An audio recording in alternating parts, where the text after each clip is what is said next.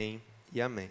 Amém, irmãos. Eu convido vocês a abrirem a palavra do Senhor no Evangelho de Lucas, no capítulo 22.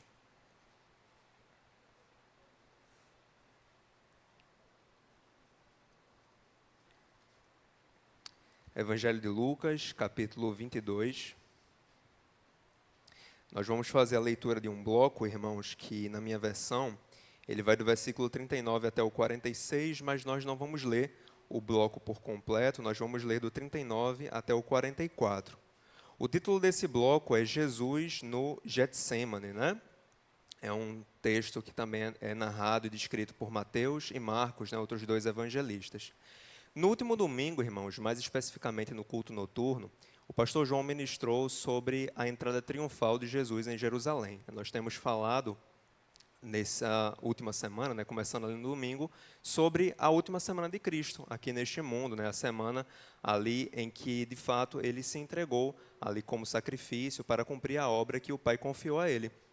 Ali, no último domingo, nós rememoramos a entrada triunfal dele, que aconteceu num domingo, né? Ali num domingo, onde Cristo entrou em Jerusalém, né? Montado no jumentinho, haviam ali pessoas com ramos, haviam pessoas lançando suas vestes ao chão, então aquilo aconteceu num domingo. Na quinta-feira, né? A quinta-feira que nós rememoramos hoje, foi justamente a data em que Cristo ele celebrou ali a última ceia com os seus discípulos, né, na festividade da Páscoa.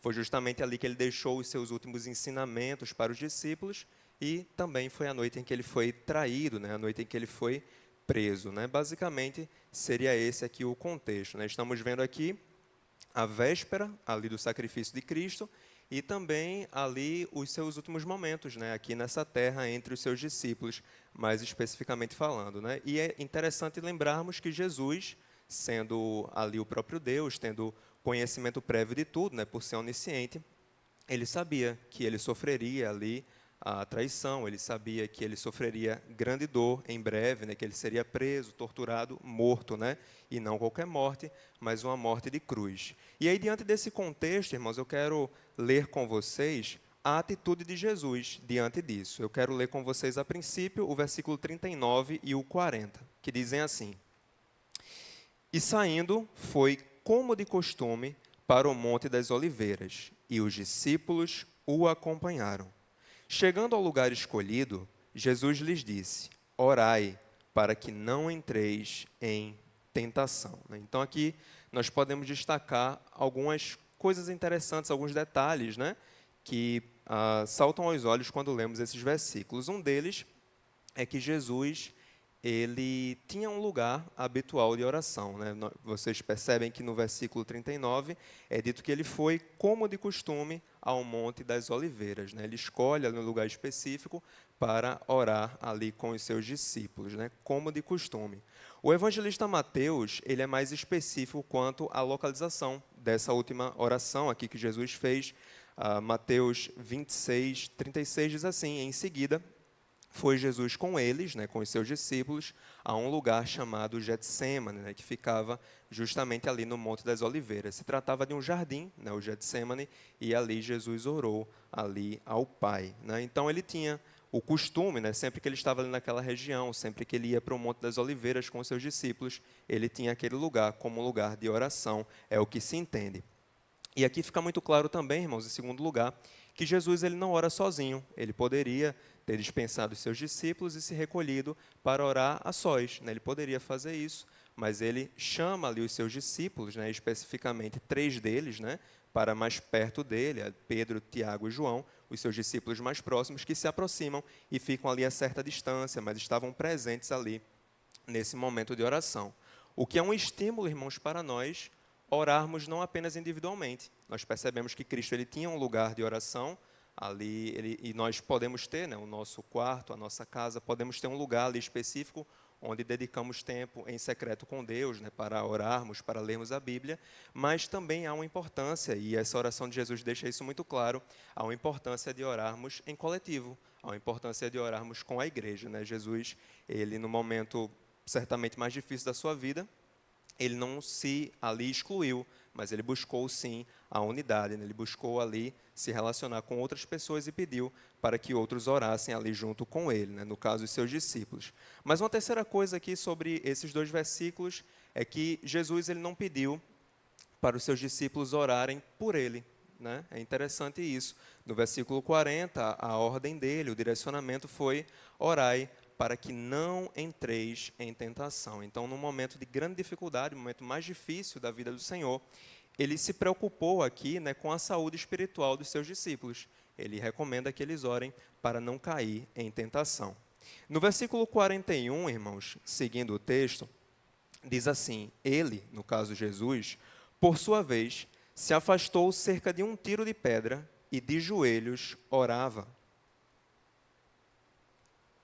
Um tiro de pedra, irmãos, seria uma distância entre 20 e 30 metros, né, aproximadamente. Então, ele se afastou a uma distância pequena ali dos seus discípulos, se ajoelhou e orou. E as palavras da sua oração foram, no versículo 42, dizendo: Pai, se queres, passa de mim este cálice, contudo, não se faça a minha vontade, e sim a tua.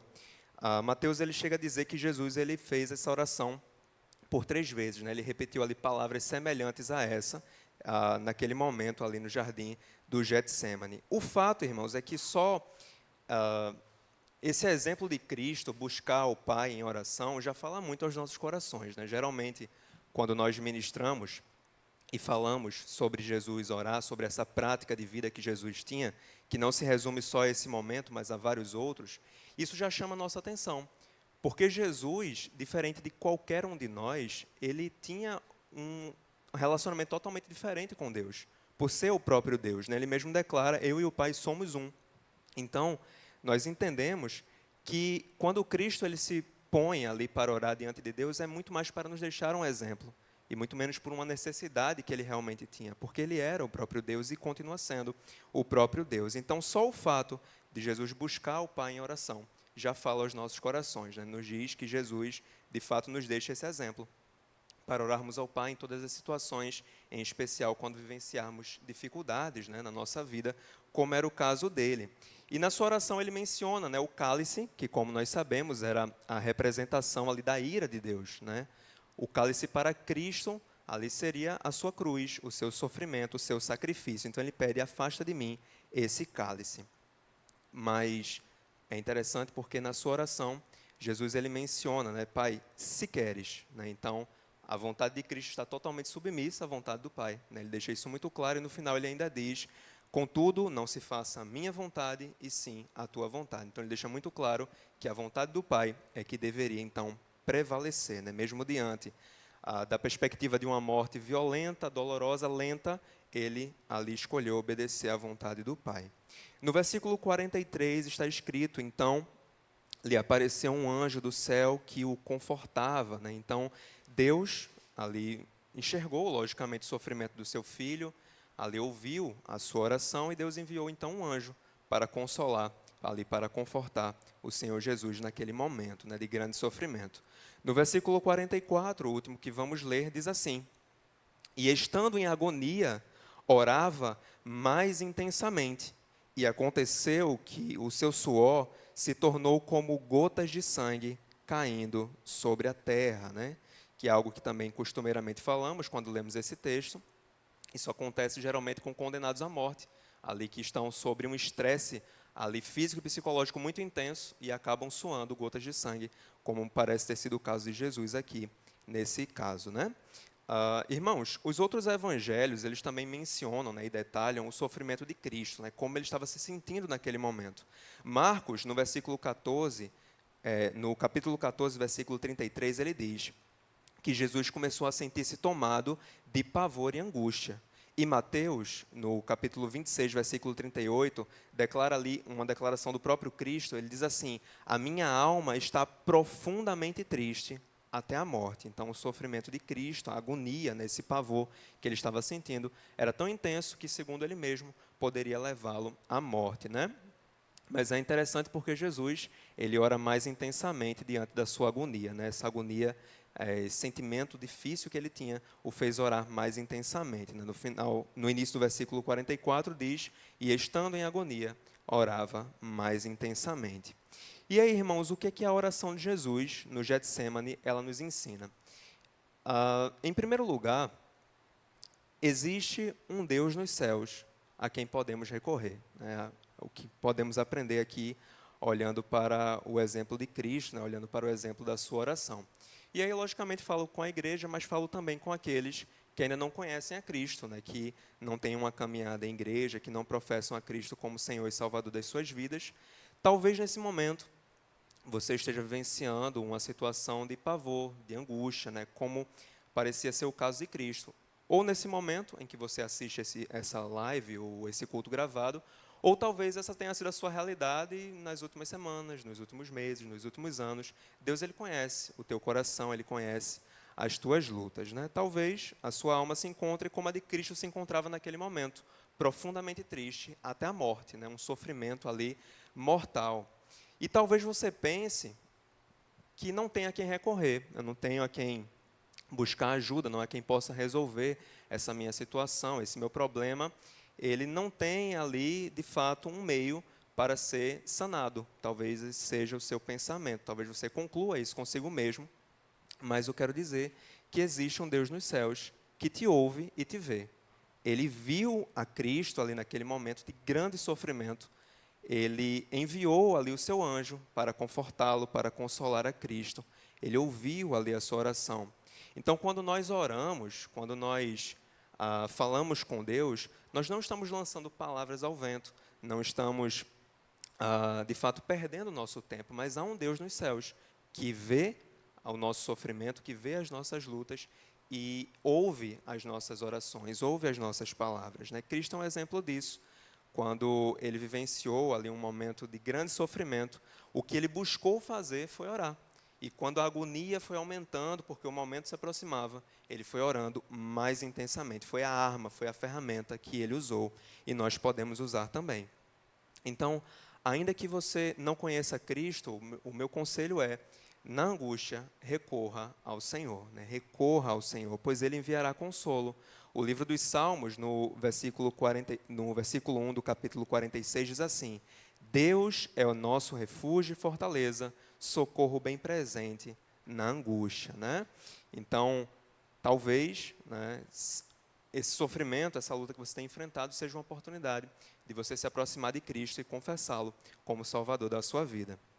Em segundo lugar, eu aprendo com esse texto que nós devemos compreender os propósitos de Deus nas nossas vidas. Né? Cristo, ele, né, aqui, como eu disse, Filho de Deus, né, santo, perfeito, ali com o Pai, né, eles tinham uma relação totalmente diferente da que nós temos com Deus, porque ele era e é o próprio Deus, mas ele apresentou ali a Deus de forma muito humilde a sua vontade, né? Se possível, afasta de mim esse cálice. Mas Cristo também deixa muito claro que era a vontade do Pai que deveria prevalecer, né, naquele momento.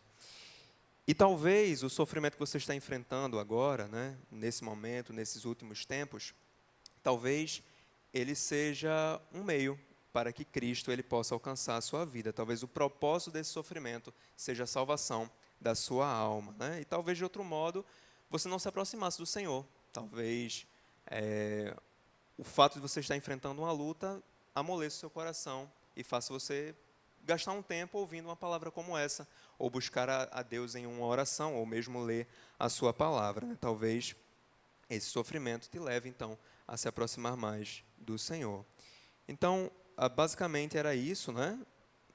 Existe um Deus nos céus a quem podemos recorrer e compreenda os propósitos de Deus na sua vida. Que Deus nos abençoe e que Ele aplique em nós, irmãos, a sua palavra, que Ele possa, então, nos fortalecer por meio dela.